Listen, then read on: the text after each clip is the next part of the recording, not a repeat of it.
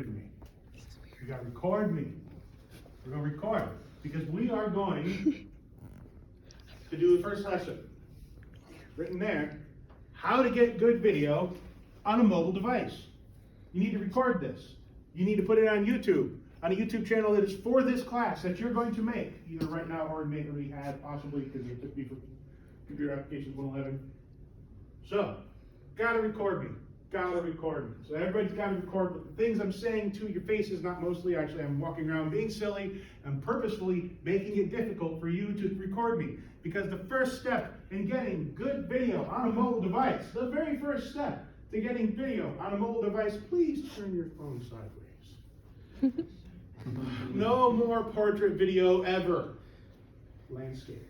Although I know some of you actually have a little button that turns, even when you're holding a portrait, it makes it the landscape. I understand that. Hold the landscape. That's the first step. Because you're going to be using my cameras, and they're like $200, which actually is not expensive. However, you break it, you got to buy me a new one. They won't give you your diploma until you buy me a new one. So, landscape. 2 hands. How much does this thing cost? And then my parent bought it for me. It's at least $1,000. At least $1,000. Get your hands on there. Mine are only $200. This is $1,000 too. But my video cameras, my camcorders, they're $200. About, I think the price is now $220 just because, you know, time. They're good. But you're going to put both hands on those cameras, and you're going to hold them in landscape mode. Because if you hold them in portrait, it'll look real silly. So, 2 hands, landscape mode. That's our first step to getting good video on a mobile device. Next, well, we want to be able to get good video, and of course we're holding it. We want to be able to move smoothly as our person, our target, our actor, our crazy professor walks around gabbing at us. So what do we want to do? Well, we want to try and take out a lot of the bounce that our bodies put into it. So we can do that by bringing our elbows in, right? We want to bring our elbows in, because if you're out here, you're doing this. You gotta bring your elbows in. You kind of know this already. Some of you are already doing it very good. Because we want to be able to turn our bodies to pan with the long muscles, the long cord muscles of our core. Because if you're using the smaller muscles, they're tiny little adjustments. It really makes it shake. Bring those elbows in. You want to plant yourself. Right? Elbows in. Plant yourself. Your heels underneath your shoulders. Bring yourself back on your haunches a little bit. Don't lock your knees, because if you do, you'll vibrate. And every small motion really just gets amplified. Bring your knees a little bit. Not full horse stance, right? Just plant yourself well. Bring yourself back on your haunches. Elbows in. And turn with those long core muscles. Ooh, look how much more smooth that is. Right?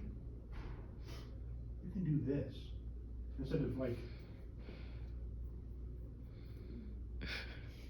this. I don't care if you look goofy. You're recording here, right? We have to think about, how does the camera see? It's another eye. It's an external eye that we are controlling. Now on top of that, when you have a subject, like me, who's moving around, saying things loudly. Uh-oh, ran out of space. Oh no. Saying things loudly, we gotta keep that subject in the center of the frame on our cameras. Gotta keep it in the center of the frame, because that center of the frame, that middle of what you're looking at, that middle part, that's where the focus is the best on these cameras, on these lenses, on the ones that you're looking at me with. They're circular, just like your eye. And because of that, the edges of the frames are bent and distorted. Light comes into those parts at a different rate. Now the software normalizes that a lot. It really does a pretty good job. The software in your head does the same thing. It's taking that information and it's sort of glossing it out. It's kind of flattening it out a little bit So you don't see that fisheye lens, fishbowl effect thing going on as much as it's really happening. But what can really help is to try and keep things in that center 75%. And you might notice on my phone, I have enabled the little grid marks on there.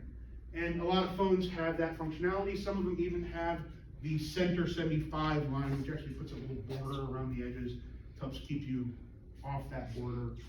The camcorders that we will be using for this class, I've already pre-enabled that on there. It doesn't, it doesn't put that on top of the video. It's just so that you can see it. It turns it on the screen itself. So if you can, turn on that grid.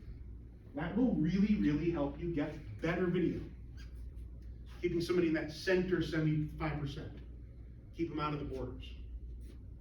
Okay, I'll turn that back around. Okay, so now, we got 4 things so far. Landscape both hands. Bring those elbows in. Let's stand nice. Center 75. Last one is this. If you can, become the tripod.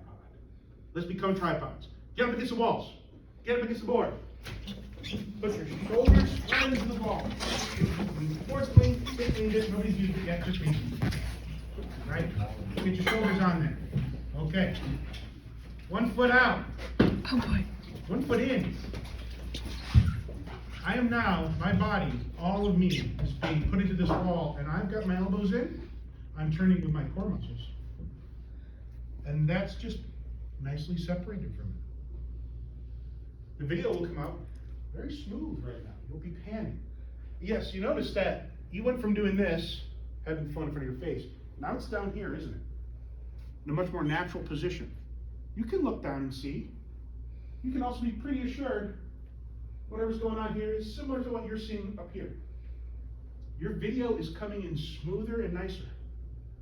You got a good idea here. You know what's even better than getting up against the wall? If you can get up in a door frame. Whoa. Put your shoulder in.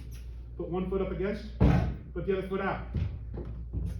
This takes all of you out of it. As much as possible, you don't want to be part of the system that is recording. There's one more place we can do it. At a desk. Quick, get back to your desks. Go, go, go, go, go, go, go. Get back to your desk. Go, go, go. Sorry. I'm not done recording. We're almost done. Get back to your desk. Okay. Sit down. Sit down. I frankly think that this is how you should take notes for everything, for all your classes. Ever since one of these things, a smartphone with a camera that can take video, existed. Right? Elbow, elbow, sternum. Elbow, elbow, sternum. I can sit here rock solid, like an hour. Why would I write down the notes? Just record. Right?